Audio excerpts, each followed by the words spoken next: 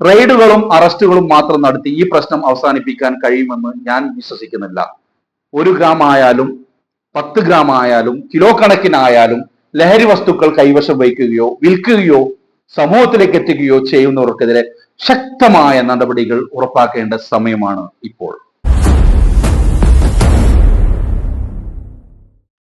കേരളത്തിൽ ലഹരിക്കെതിരെ സർക്കാർ ആരംഭിച്ച ഓപ്പറേഷൻ തൂഫാൻ പോലുള്ള നടപടികൾ തീർച്ചയായും ആവശ്യമാണ്.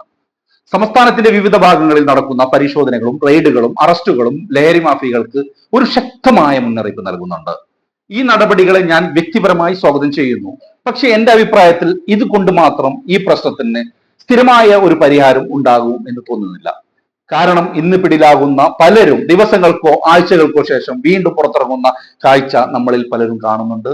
ഒരു സാധാരണ പൗരൻ എന്ന നിലയിൽ എനിക്ക് തോന്നുന്ന ഒരു ചോദ്യം ഇതാണ്: അറസ്റ്റുകൾ മാത്രം മതിയോ? അല്ലെങ്കിൽ നിയമങ്ങളിൽ കൂടുതൽ കർശനമായ ഭേദഗതികൾ ആവശ്യമാണോ? എന്റെ അഭിപ്രായത്തിൽ യഥാർത്ഥ മാറ്റം ഉണ്ടാകേണ്ടത് നിയമനിർമ്മാണ സഭയ്ക്കുള്ളിലാണ്.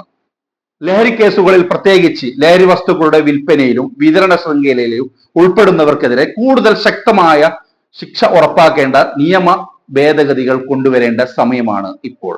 കാരണം ലഹരി ഇന്ന് ഒരു വ്യക്തിയുടെ മാത്രം പ്രശ്നമല്ല, അത് കുടുംബങ്ങളെ തകർക്കുന്നു, യുവതലമുറയുടെ ഭാവിയെ നശിപ്പിക്കുന്നു, സമൂഹത്തിന്റെ സുരക്ഷയെ തന്നെ ബാധിക്കുന്നു. പോലീസിന്റെ ജോലി കുറ്റവാളികളെ കണ്ടെത്തുകയും നിയമത്തിന് മുന്നിലെത്തിക്കുകയും ചെയ്യുക എന്നത് മാത്രമാണ്. പക്ഷെ അതിനുശേഷം എന്ത് സംഭവിക്കുന്നു എന്നത് അത്രത്തോളം പ്രാധാന്യമാണ്.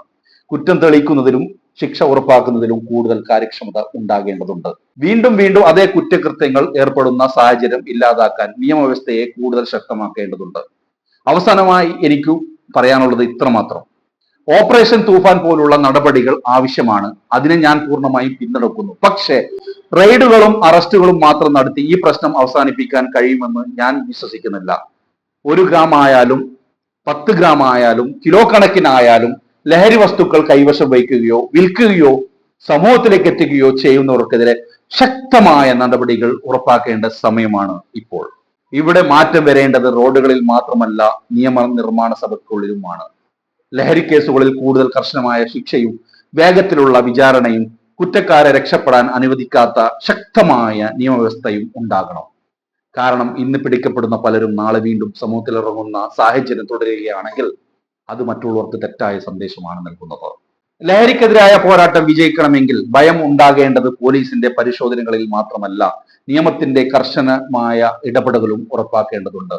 ഇന്നത്തെ കേരളത്തിന് ഏറ്റവും ആവശ്യമായ കൂടുതൽ റെയ്ഡുകൾ മാത്രമല്ല, കൂടുതൽ ശക്തമായ നിയമങ്ങളും ഉറപ്പുള്ള ശിക്ഷാ സംവിധാനങ്ങളും എന്നതാണ് എന്റെ വ്യക്തിപരമായ അഭിപ്രായം. ലഹരി ഉപയോഗവും വിതരണവും സമൂഹത്തിന് എത്ര വലിയ ഭീഷണിയാണോ, അതിന് ലഭിക്കുന്ന ശിക്ഷയും അത്ര തന്നെ കർശനമായിരിക്കണം.